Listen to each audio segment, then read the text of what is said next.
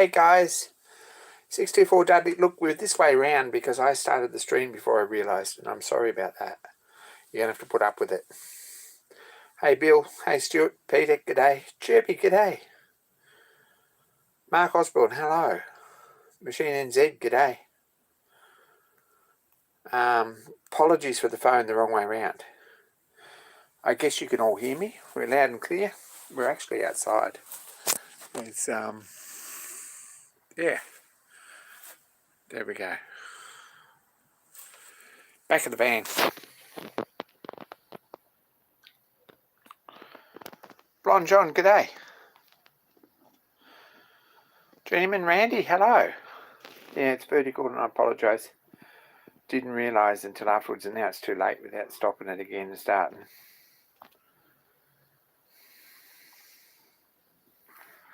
We're going to have to live with it. Anyway,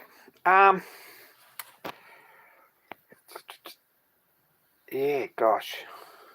Let's wait. Hi, David. Hi, Nigel. G'day.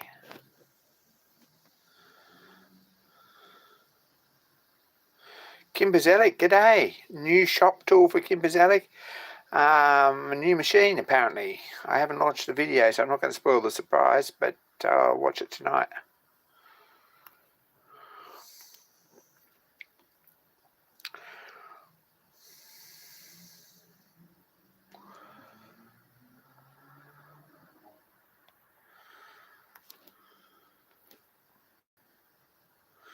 Apologies again for anyone who's just joined and this is the wrong way around. I really am sorry about that. I didn't reposition the device before I started the stream, and I'm sorry about that. Obviously my phone rotating thing was switched off.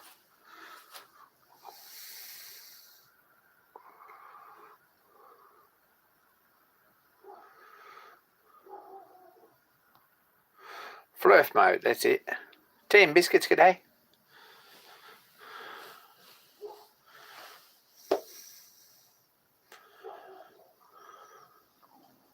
It's a bit cold out here. Anyway, we thought we'd have a change in scenery and come out here and have a look at this heap of rough old cast iron. We'll wait till a few more people turn up. Well, we've got 13.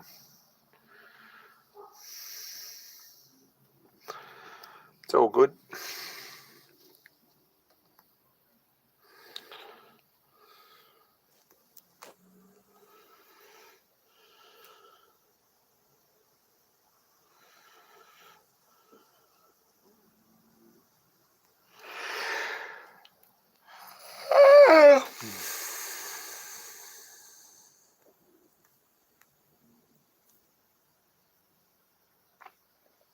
Anyway,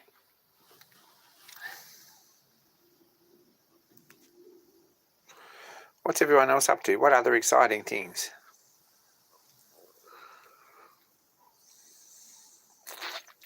Craig doesn't love us anymore.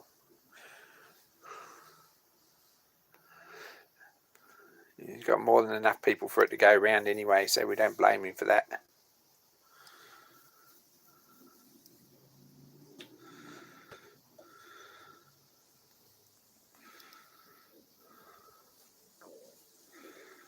Gee, it's a bit cold out here.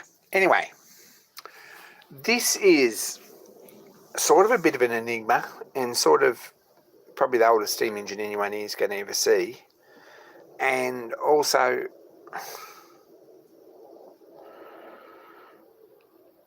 that's pretty exciting, Kimber. And it's also half missing, and I'd really like some more information.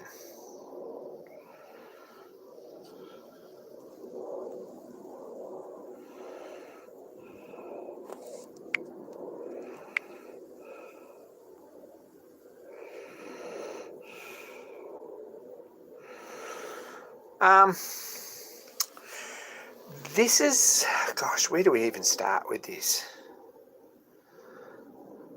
I guess I probably should have had it sort of piled up together, because all we've got is a pile of bits and it doesn't really tell us very much.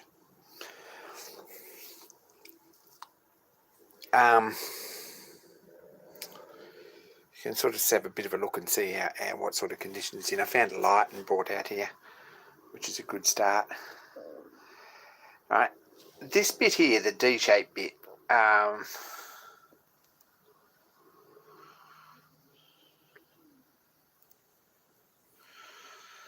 the D-shaped bit's the wall bracket or the boiler bracket. It would have sat on the boiler of the locomotive, probably, or the back head or the tank or somewhere. I think some of them are actually on the back head.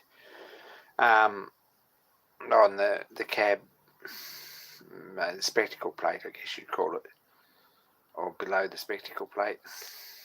And it's got two big holes. Block of wood over here. I'm going to grab this block of wood. Block of wood.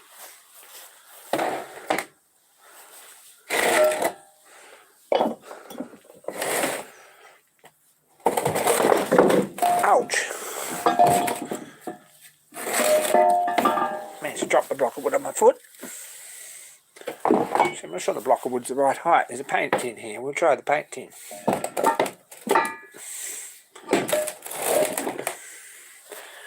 So that sits up level like that.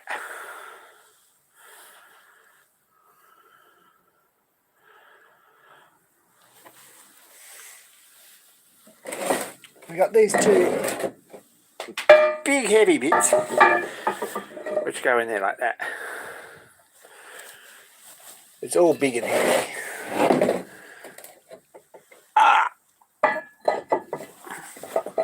Right. We've got a slide here that this D piece here slides up and down.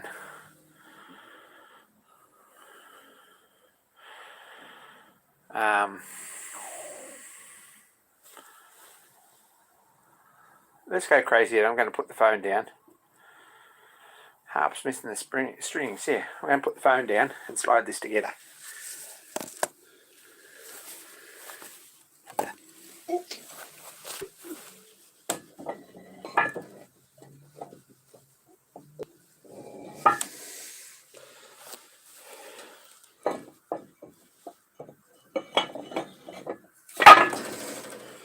Jeez Louise. Okay. Now, let's move the light across here where we can actually see this. It's dark as in Stuart's hair. So, this is starting to look something like. Now this flywheel, which is also a bit of an enigma, the flywheel's right. And it's got that square plate there, which bolts on the front here. And then there's a shuttle block or a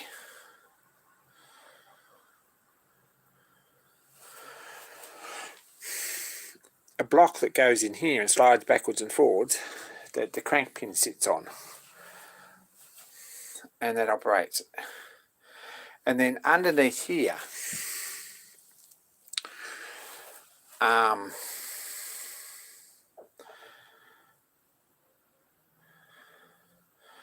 there should be a pump, which I'm not sure how that operated, but I think it operated off the eccentric or something like that. I'm not sure, to be honest. It didn't operate off that crosshead because there's no hole in here for it. And this is blanked off still, and that's the original casting as far as we know.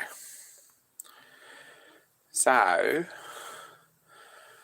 back here inside this hole at the back, there should be a pump. And I've got no idea what it operated off. These two bits here go down through these columns. I think there's probably a bit missing off them, or they've been modified, with two big nuts on the top. And I think they're probably screwed into the pump housing at the bottom. So there we go.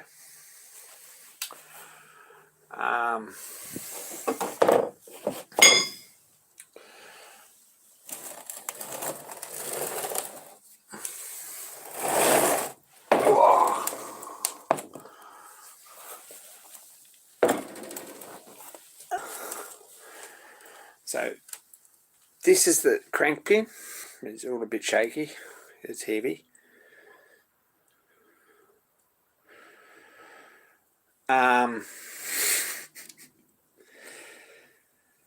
that's the crank pin that works on the valve block. So this here is an eccentric for the slide valve.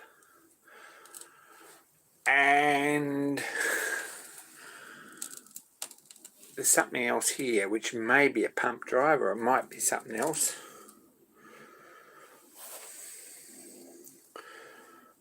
Honestly not sure how that works. Or it may have been a stationary engine with this long crankshaft, but the one in the pictures on the locomotive doesn't have a crankshaft that sticks out past the flywheel. Or maybe it does, and there's a pump eccentric or something where the flywheel should go, or where the flywheel is now. So we'll have to erect it and find out. But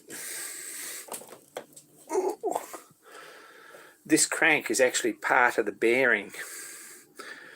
The bearing runs on the outside of the crank. Sorry, we are a bit wobbly there. And there's another bearing inside there. There's actually a blacksmith repair, which is, oh my gosh, I can't hold that up with one hand hardly. Those two rivets in the bottom side there. It's actually a blacksmith repair or a crack, which isn't a bad sort of repair, and we might leave that as part of the fun. But I'm going to put this back down now. Oh. So there we go. If anyone's anything particularly interested in Bay of Peacock, hey Christian.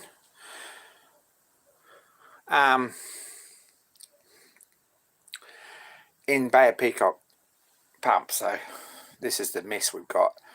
I don't think it's as bad as the last one I had in here, which actually belongs to Christian, who's just walked in the chat, but it's probably a whole lot worse in some ways. So it's got these weird studs. Don't know if you can see that. I screwed one out. See, it's got a teardrop shape there, which is a bit strange. They've all got it. All these studs have got the same teardrop. They're sort of, they all seem to point the same way around the circle. And the cylinder head,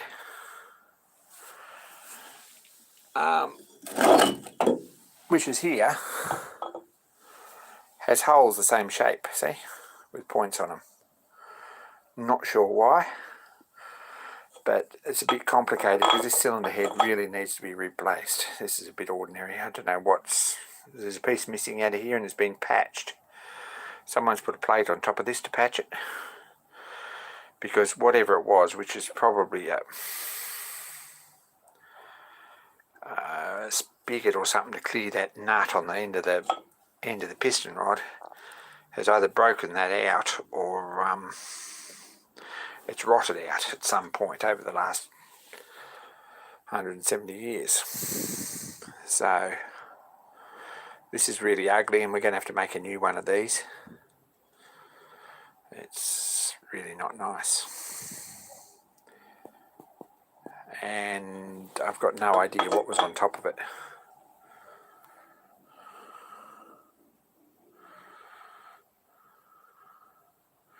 Well, I guess it's to stop the studs chirpy. I guess it's to stop them unscrewing. But it seems like a lot of hard work to make that happen. This had this plate on here as a repair, which is sort of only just a repair. It's a bit ordinary, to be honest, but sort of worked, I guess. There's an inlet pipe here that needs a valve on it. It's got a broken off stud. That looks like fun. These studs here, I believe, are exactly the same with the funny shaped holes under here. Now, that's the straightforward stuff. The problem is in here.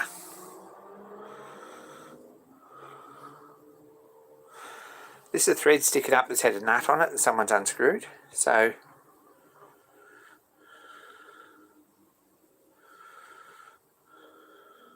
you might be right, Chirpy. These do sort of look like they've been machined though. Maybe they haven't. Don't know. This is a mess in here. Right, there's serious pitting through here that's 1/8 of an inch deep or more. If we have a look, really bad actually. And the ports are fairly miserable, to be honest. And the piston's stuck. So I'm guessing that's a 2-piece piston with a ring sandwich between it. That's a long shot, to be honest. But I'm guessing that's what it is. Got to get that out. The thing is that this cover here is also stuck, and this rod's got to come out before this cover comes off. And I've got no idea what's between the piston here and between the cover. It could be full of dirt, or it could be full of rust, or it could have a hole. It could be anything in there. I've got no idea. All these nuts underneath are all missing, and the gland's still on the rod. So somehow, without breaking that D-shaped buckle, or whatever you want to call it, this rod's got to come out through the top of the piston and push out, and then this cover's got to come off the bottom, and then we've got to move the piston. So, not sure. But it's a fairly historical bit of gear. It's this pump is 1856 to 1865, somewhere about that.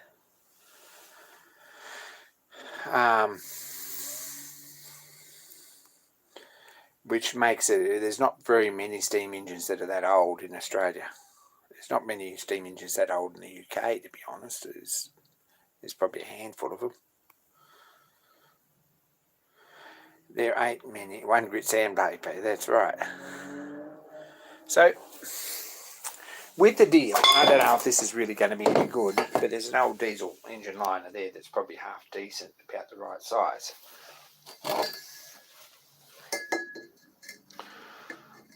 Might be a fraction small even, or it might be right.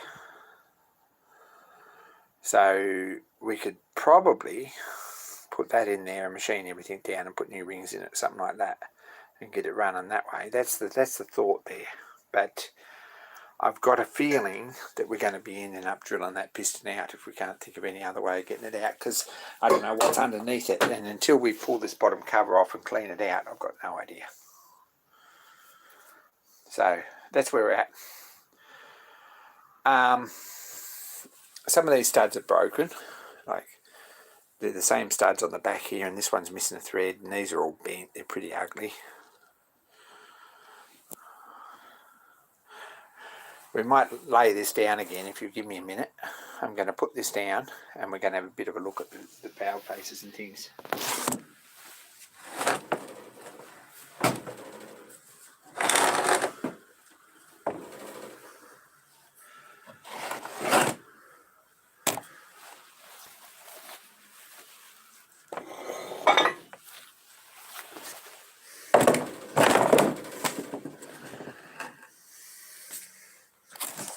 There we go, I'm back. Did you miss me? Here we go. So, there's the bottom cover, and this gland obviously fits up in there somehow. Someone's let that off.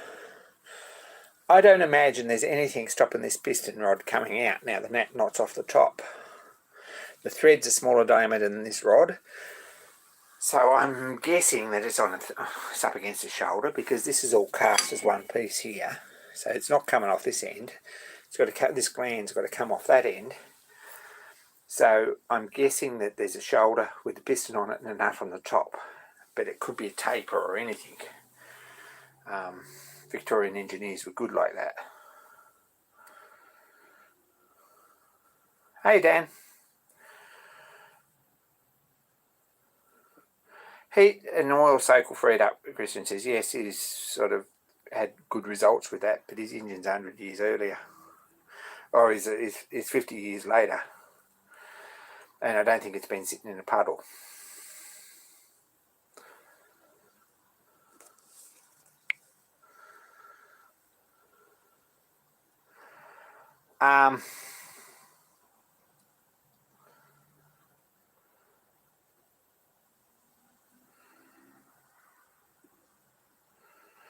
Can I show the corners of the box section?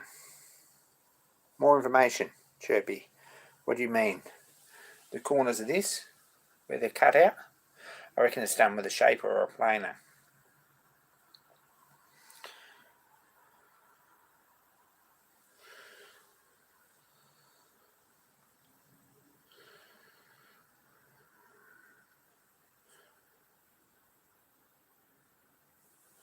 So, we'll put some lime down here. I don't know if that's made any better or not. Might not have. Good question. Probably it's forge welded, yeah. I don't know.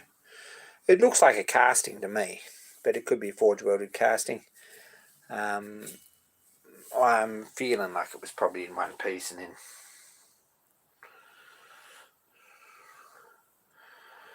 But that cover should come off and then that rod should come out and then the piston should come out. Now, valve face here. I've seen better valve faces on engines, to be honest.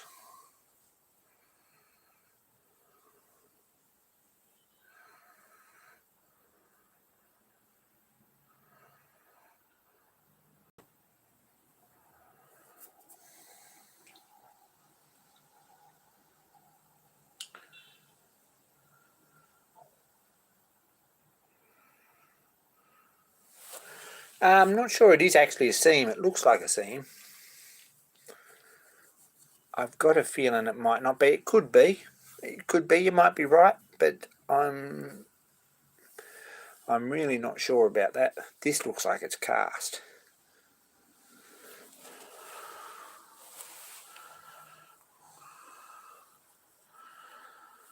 I think it could be just a scratch that you could actually see there. But anyway. So, valve face is pretty ordinary. It's going to need a plate on it or something. I guess is probably the best way is to machine that off and put a plate on it. Screw the studs back through it. Make a decent job of it.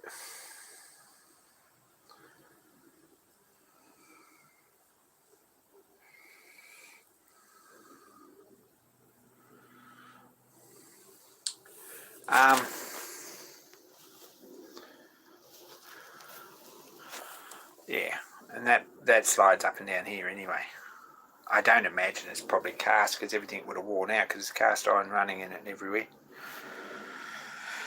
Don't know. So, put these heavy bits down here.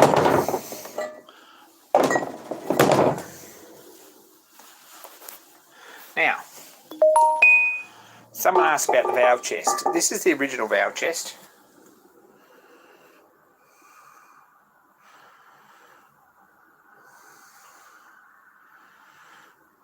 And I'm guessing that the giraffe is due to the spiced rum, but I might be wrong. Anyway, this valve chest has been filled up with body filler because it had holes all through it. This, I believe, had Bay of Peacock stamped around here in the casting, but it's been filled up for a cast a new one.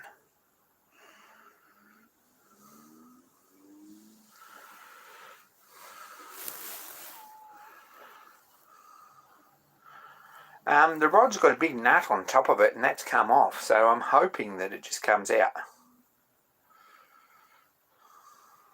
That's what I'm hoping. Someone's filled this up with body filler or bog or fiberglass or some crap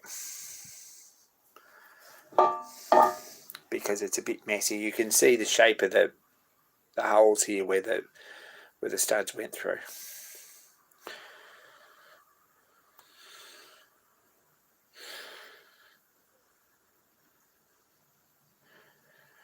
Now, the reason this has got filler in it everywhere, right, before we get ahead of ourselves, is that there's a brand new casting here.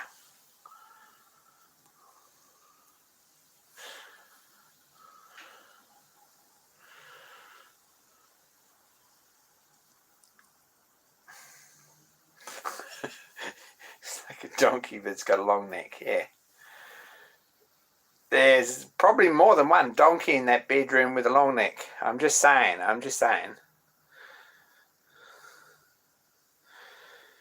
Yeah, there's no shortage of donkeys with long necks in hotel rooms around Port Macquarie tonight.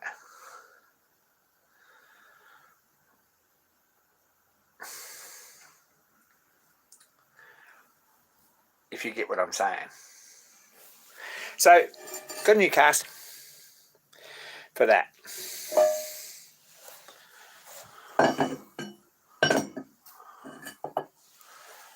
Which goes on here like so. Lismore, not Port Macquarie. Okay, Lismore. They're northern donkeys.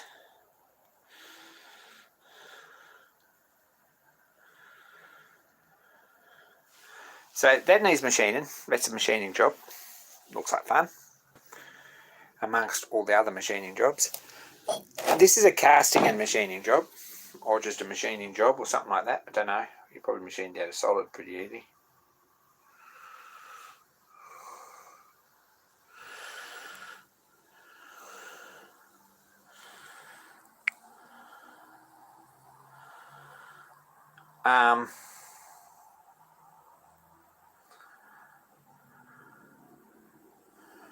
And there's a box of bits.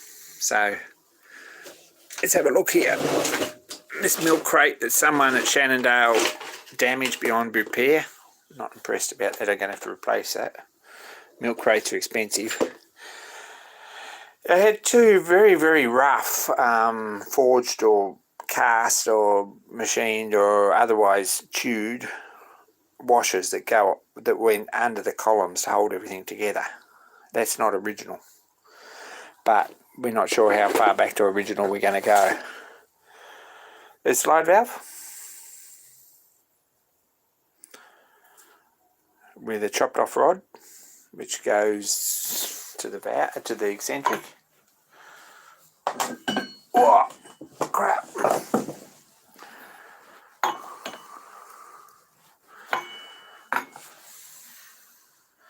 So what have we got here? So we've got a slide valve. That's all there.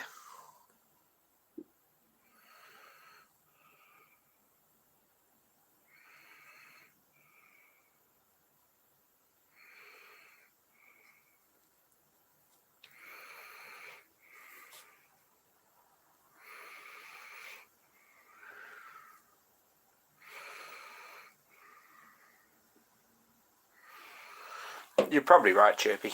I haven't really had a close look at it yet. It could easily be.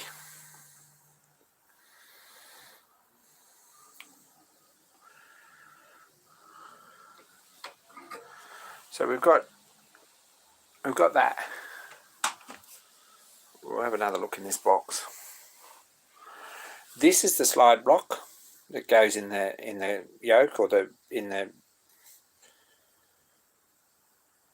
the buckle, I guess. I've no idea what that's made out of. I'm guessing it's cast iron. I haven't really had a look. It's in oil. Not sure. There's a flange there for what appears to be probably for the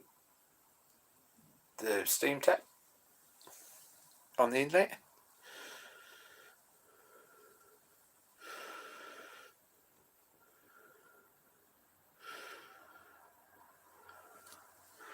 And there's an assorted selection of bolts. There's the completely worn out gland for the valve.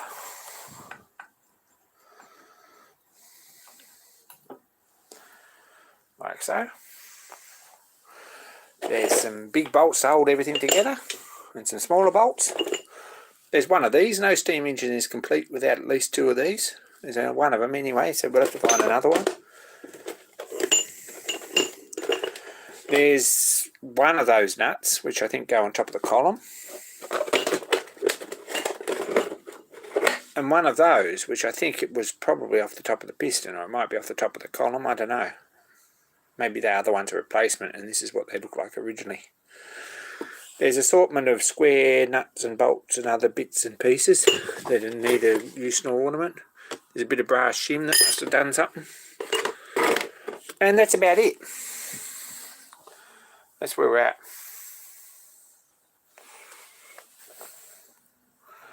So, bit rough, saying the least. Saying the least.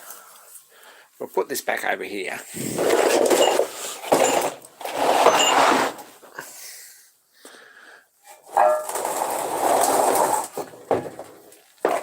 We'll shift that tin of paint.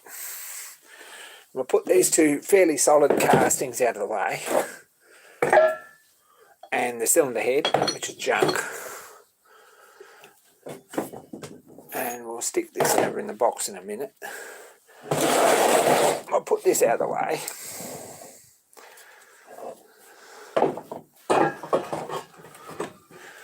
You can quite easily see those teardrop shaped holes there for the studs.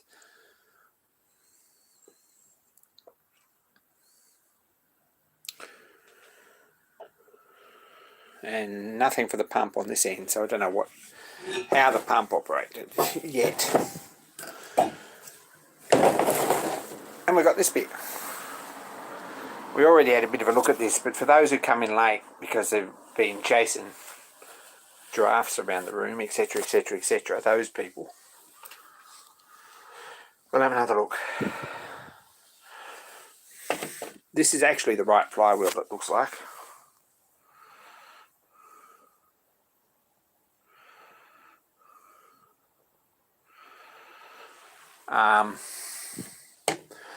If the description fits, yeah, you.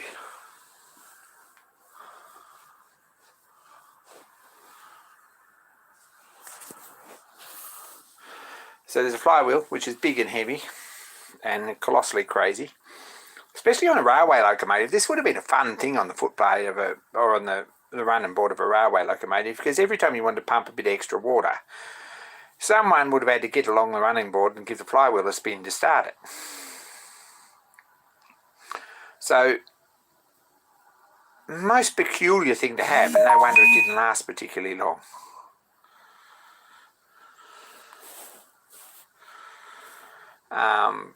The more you think about it, the more silly it is, a single cylinder pump like this with a flywheel on it, on a railway locomotive. But that's what it had.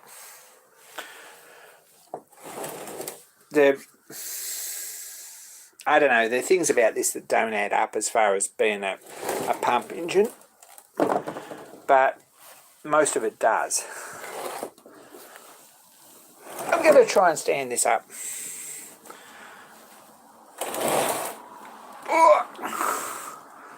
Might try and skid it over there a bit so we can have a look. If we could put that there, maybe that's the answer. Is that the answer? Does that look like the answer? Yeah, it'll sit there nicely. That's good. So one bearing's on this side of the crank, right? So cast iron and cast iron. And there's another cast iron bearing, I think, in here. So that's what does the work. And being cast iron on cast iron, or steel on cast iron, they're not going to have much wear in them.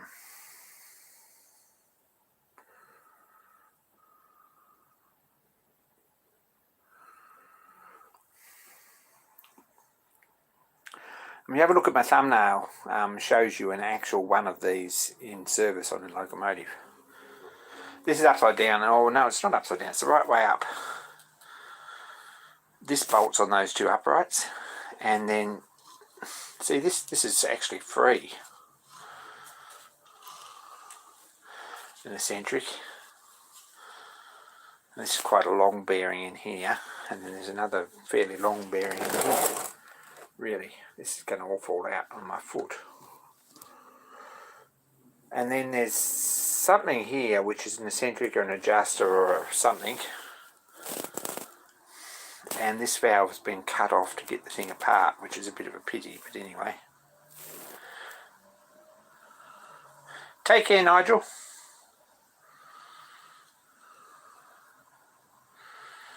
Hey, Russ Knox.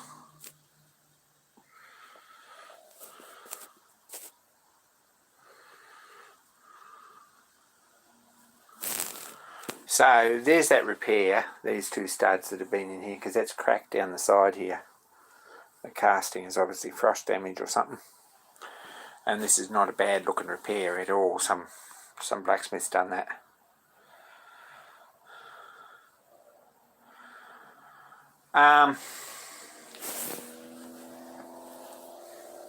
Following your adjustable parallels with interest, Rust Knox.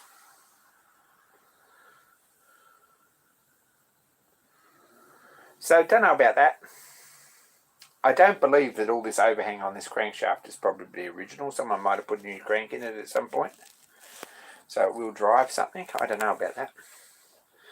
It doesn't seem like it's particularly well engineered, having all that overhang out their side and two little bearings on this side. Don't know. This is all butchers up here, so it's probably needing to file up and fix that. I don't imagine that any of this is particularly well worn out.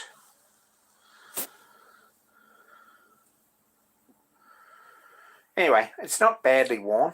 It's a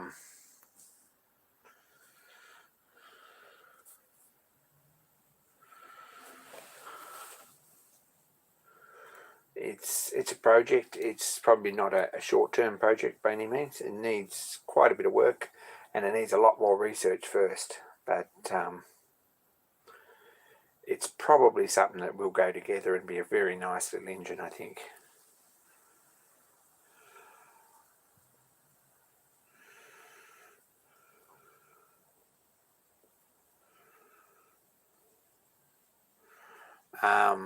I don't think that's part of the design, Chip.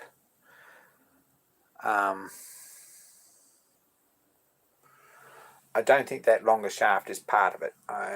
The pictures that I've seen of the pictures I have seen of this engine, and there was 3 or 4 that I have seen on various engines, some of them historic photos, this shaft was actually chopped off at the flywheel, nice and neat.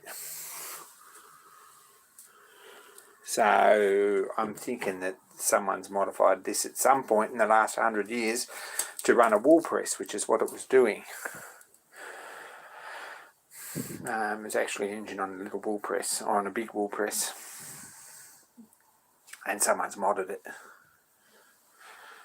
And it's actually a donkey pump. This gear's been put on at some point, probably. I'm guessing, just reading between the lines, that this is a locomotive, or the locomotive that this was on would have been out of service by about 1890, 1900 probably at the latest. Being obsolete technology and probably completely worn out. And then someone's pinched it and taken it way out west past Longreach and put it on a wool press with some modifications. The blacksmiths rebuilt it and done probably a reasonable job of it, but done some pretty rough stuff to it too, rather than scrap it. So that's where we're at with that. That's definitely a Bay of Peacock donkey pump. Someone suggested it might have been a marine engine, but I don't think they made marine engines, they only made locomotives. So it's obviously, if it's Bay of Peacock, it's probably off a locomotive, I would say.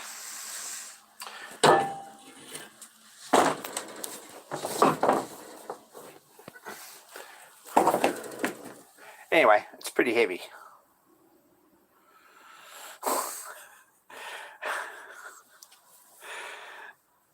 Just saying, if the hat fits, Dan. And spots. Long neck and spots. Do the spots move when you close one eye? Can you still see the spots when you close both eyes? That's what we want to know. The people want to know.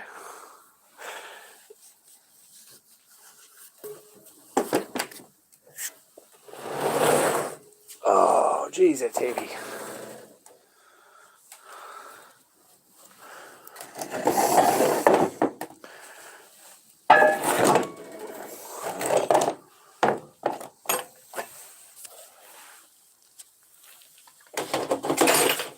Anyway, let's go back in. We've had a look at that. You've had your look.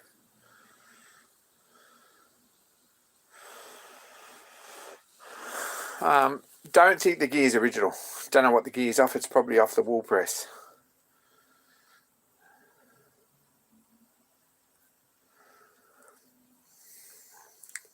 Don't think it's part of this anyway.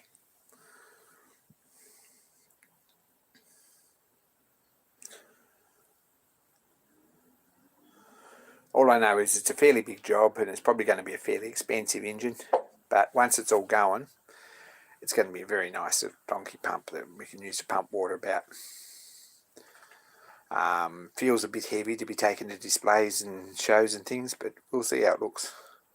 Might be nice on the front of a water cart or something yet. We'll see.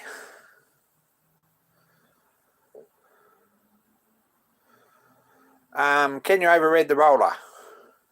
Hence why it's still in the van, that's right.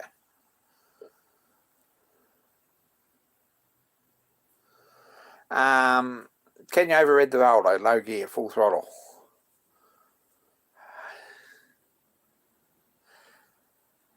Probably you can if you're stupid. I mean, you've got to be pretty foolhardy to open it up at 200 psi and really open it up.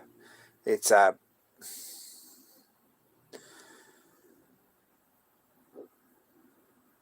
don't think anything would break, but you've got to hang on to it. I mean, you've got to sort of stay. You've got to stay on the thing, so. So Dan said, yes, probably. We're not brave enough to try. You can get a few revs out of it, and it likes a few revs. I mean, it likes to be driven pretty hard, but I've got no idea what it's capable of, and I'm not really intending to find out. But it'll handle whatever we've done to it so far. I guess that's where we're at. Anyway, we'll close the door on this. Probably. I've got to clean this out before next week because I'm camping in the back of this. And we'll go back inside. There is a lot of weight. It is balanced to a certain extent. And it's a fairly gentle changing direction. It's not like a diesel engine that's going bang, bang, bang, bang.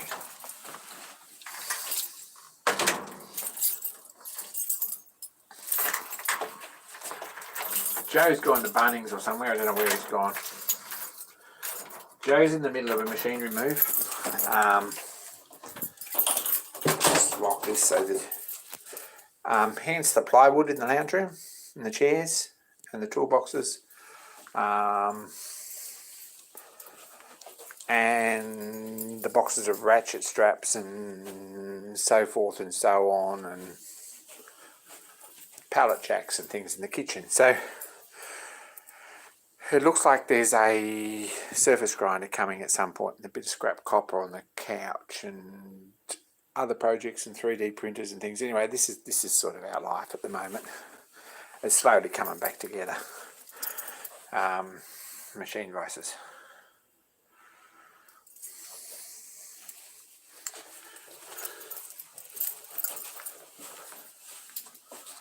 So here we go. Back in the workshop, a little bit clean. Well, not really, but a little bit cleaner. We'll hang up the torch. We'll need that for the weekend. We'll put the keys somewhere we won't be able to find them in the morning.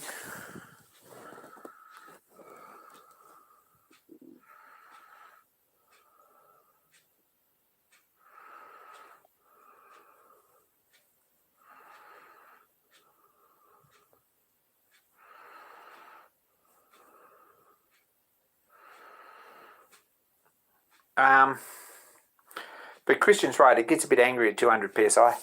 It knows that, you know that it's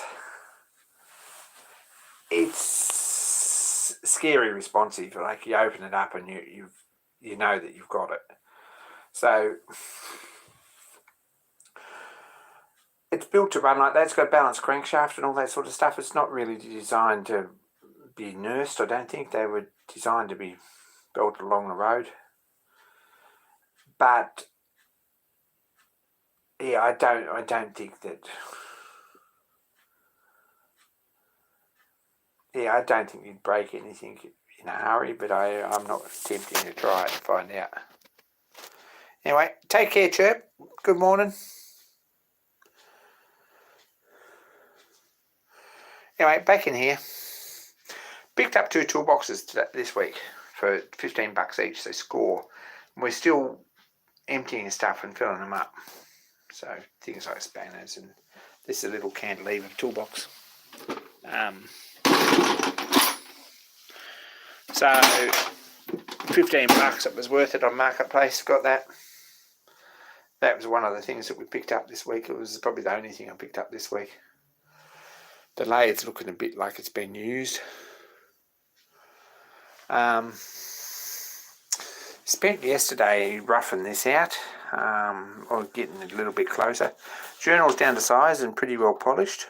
Pretty happy with that. Really happy with that. It's nice and parallel. Everything looks good.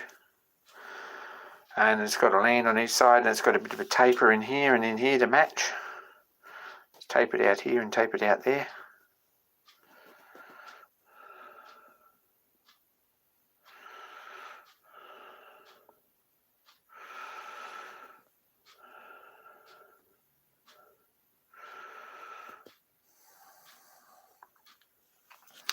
So there's still jobs to be done on this. Got a bit of brass somewhere. I think it's actually in the vise as we speak.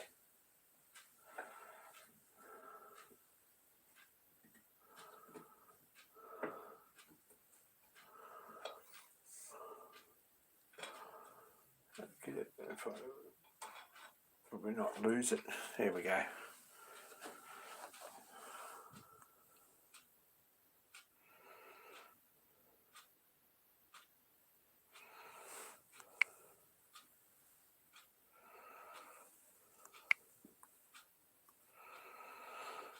So the idea is I'm going to file this to shape and put it in there, right, nicely, and soft solder it in. That's the theory behind it, just a bit of soft solder. Because it's my roller and I'm signing the check, so that's why we don't do skids in the roller, if you need to know.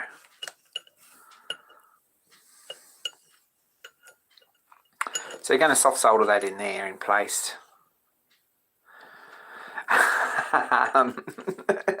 And then we can put pressure on the other centres and machine the rest of the crank, is the theory.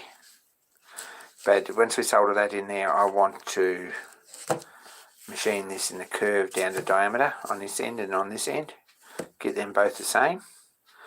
And then we can cut this bit out. We don't need these centres anymore. And we can machine this one and this one all the way through in the lathe and get it somewhere near close or spot on or whatever we're going to need. So take care, Randy. So that was a bit of work yesterday. I spent about 4 hours putting these 2 little lands in here on each side, and these 2 tapers in here nicely. Bit of messing around, but anyway, we're getting there slowly.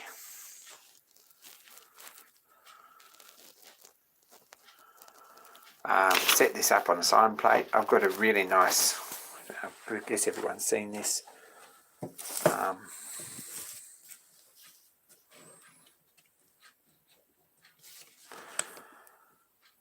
this sign bar or sign plate.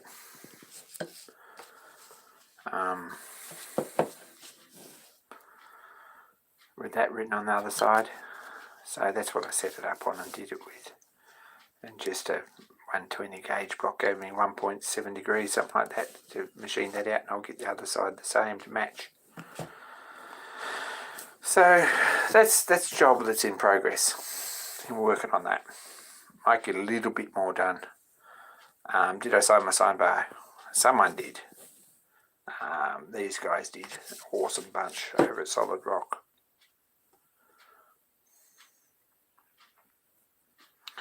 You should all be following Solid Rock Machine Shop. They make awesome things. It's a really nice little, needs a, could do with a clean up with a precision ground flat stone, I think, at the moment. It's now to add the box. Anyway, everyone knows what this is, I guess. This is a EDM stone.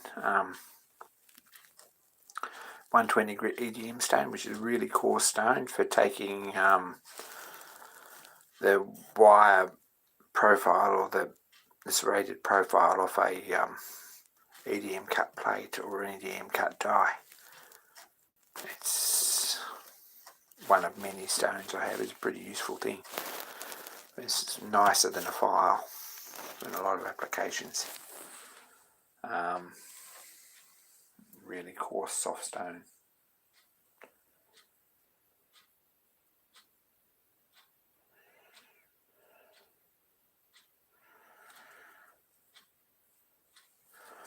So, I've dropped my caliper. That's one of the life's little mysteries. I've got this little pile of bits here we don't want to know about, really. This isn't so good. We'll put it over here where you can see it. This has got a tight spot in it, or it's going click, click, click, click, click, click, click, click, click, click. It's not good.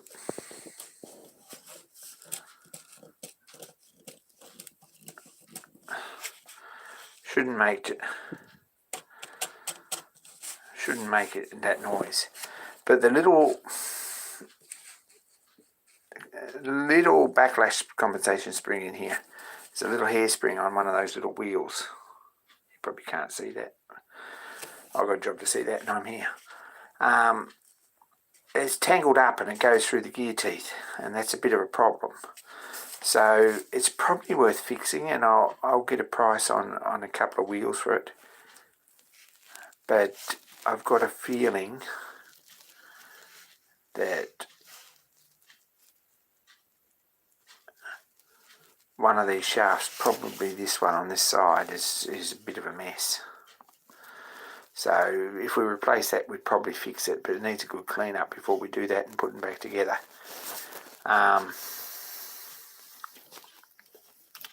So I'll order some bits for that at some point during the week, and they'll be here when I get back, and we can put it back together. But a bit of annoyed because this dial caliper is my favourite. Anyway, that's something that's happened.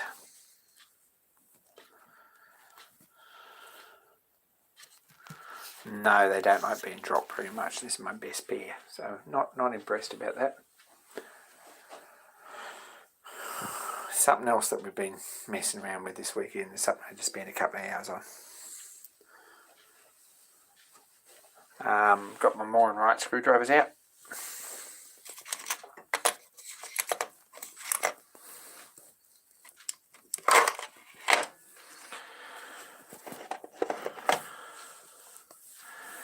And I've got this all in bits here on the bench, which is a bit of a pain. It's not ideal, but at this point we'll keep it all safely guarded, and when the bits come, hopefully they won't be far away. If I ordered them today, they might be here Friday even. Put it back together.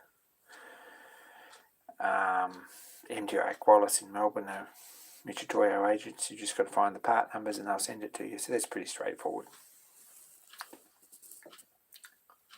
Pity that it's got to happen. Anyway,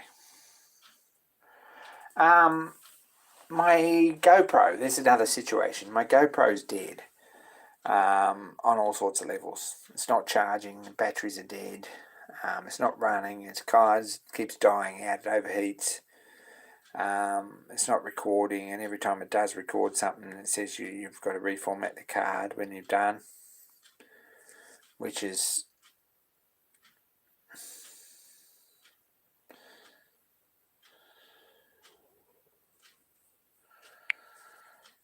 Hey Brendan.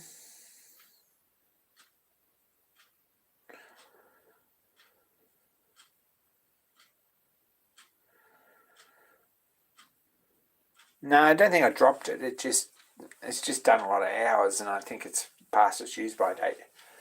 So probably at some point I'm going to upgrade my phone to something I can actually film and record and edit with, and not worry too much about a video camera as such.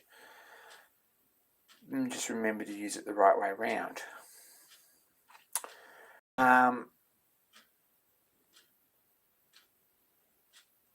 That's pretty awesome, Brendan. I was going to ask about that.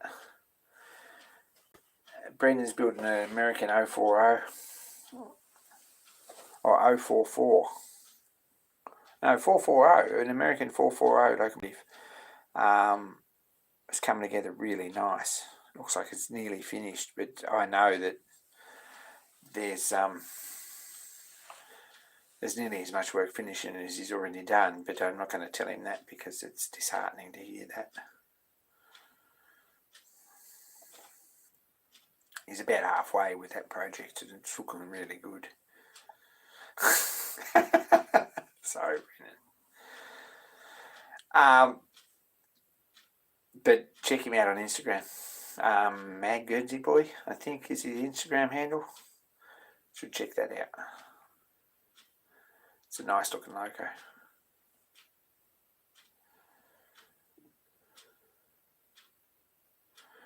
So, yeah, the GoPro's dead. Anyway, I lent a GoPro to a friend, a colleague at work about 2 years ago. And I asked him again if he still had it, and he still has. So that one won't be as tired as the one I've got, even though it's a couple of years older. I don't think that's a GoPro 7, I think, or a 6 or a 7. And I'm going to use that this next week for getting some video. And then I'm probably going to move to a DJI if I buy another camera, but probably more likely I'll just buy a decent phone that'll run.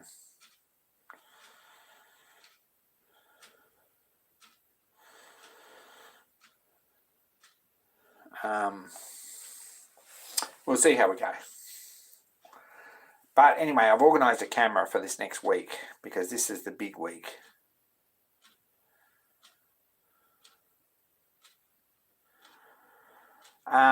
They are good, Matt, but they have a limited life, to be honest. They're good for however many hours, and then after that, I would honestly, if I was going to buy a new camera, I'd go and see if I can get a good deal on a DJI adventure camera. This week, what's going on? Big week. Yeah, next week. What's happening? End of next week, Glenray Timber Festival.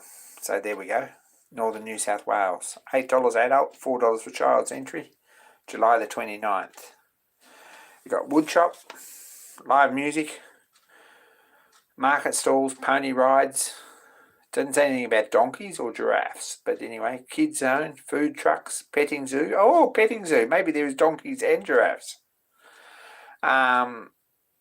Maybe, yeah. This probably explains a lot. There's workshops, there's blacksmiths, working dogs, steam engines, vintage machinery, and cultural events. So, last Saturday in July.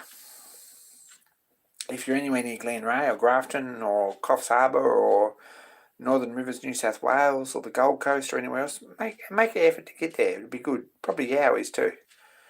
Anyway, got to get the roller to that. So it's going on a truck on Friday down to Glenray, which is about, 50 kilometres, 48, 50 kilometres, something like that. So 10 o'clock Friday morning, we've got to have it at the end of the driveway, which is about 6 kilometres on a very ordinary dirt steep road.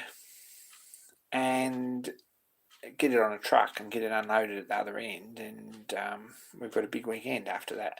But before we do that,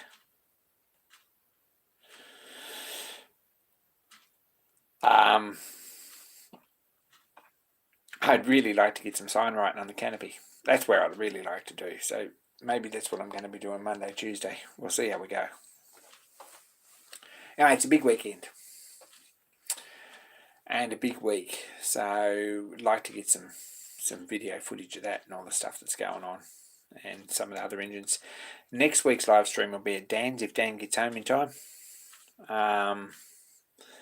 So probably it'll be live stream with the punyips or the yowies or whatever they are, and probably it'll be a live stream with live steam too. We may actually fire up an engine if I can twist his arm enough on Wednesday night. See how we go. So there we go. That's this next coming week, and that's what we've got to actually get to.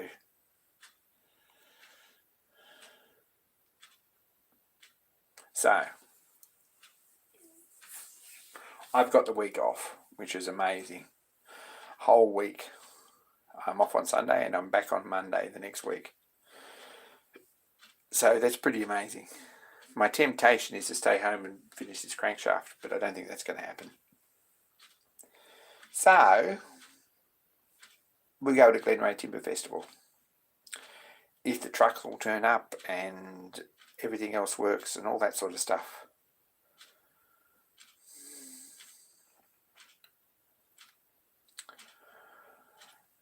If everything goes to plan, that's what's happening. I'm pretty excited about it.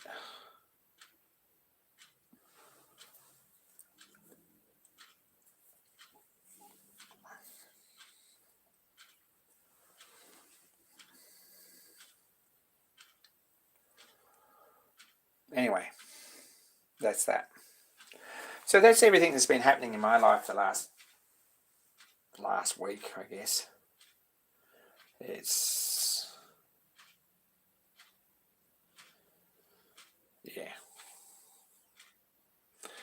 bit of a mission to get everything going, everything organised, but we'll get there.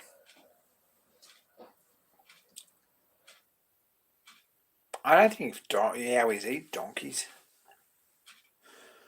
I don't know how that works. They certainly don't eat giraffes. How do we know it was? I thought we worked out it was a giraffe. Anyway, come up, Stuart, and fly into Gold Coast, and you can come with us. Come down to Dan's, and we'll put you to work. Anyone else too wants to fly in, we'll put you to work.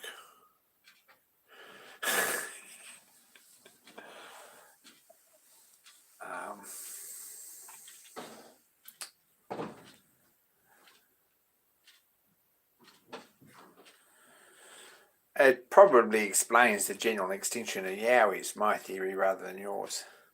Just saying.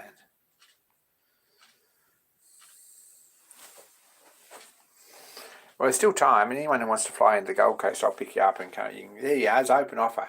Anyone who wants to fly into the Gold Coast, I'll pick you up and I'll run you down to Grafton and Shenandoah, and we'll go to Glenray Timber Festival.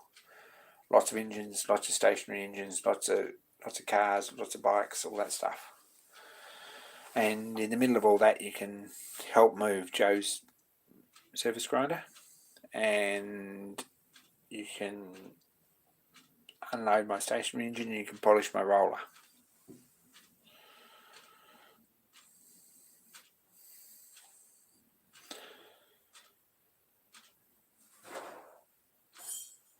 If you had to live in the bush out there behind Grafton, you'd be a fussy eater too, I reckon, after a few years. Just saying. Oh, you can wash Dan's car too. I washed mine already. I didn't wash the inside, and I've still got to clean the inside of it, so that's a job for probably Sunday. Anyway, so that's what's happening. I'm probably going to call it a night. Thanks everyone for signing. It's sort of 22 people. That's awesome. Probably because anyway. If I don't know, we're still talking about donkeys or yowies, or I'm not sure where that ties into the conversation, but anyway, yes, I met Sam. She does wonderful. She needs a medal as big as a dinner plate, to be honest. Hey, Donald.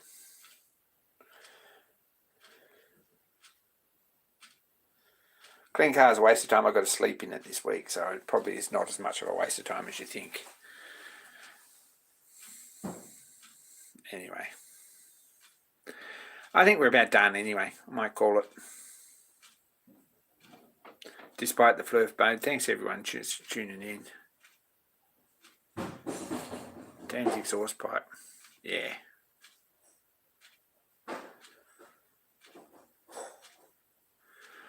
On lapping in a piston shuttle. Good instructional video. I believe that Machine NZ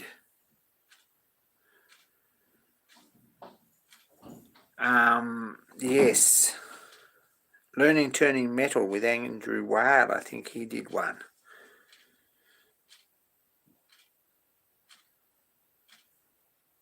Machine NZ will know. He's just done one. Pretty close fit, but he never made a video. Hit him up. We're waiting for a reply on that. Kevin, if you're there.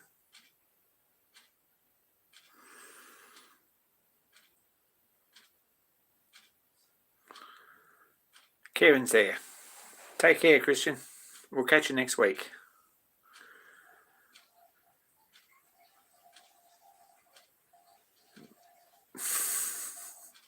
Dan's exhaust pipe doesn't have a euphemism. If you heard the problems that Dan's had with the automotives in the last 3 weeks, 4 weeks or a month, you've got no idea. Anyway, take care and we'll catch you. Be kind to each other, and more next week perhaps, from Shenandoah in the cold.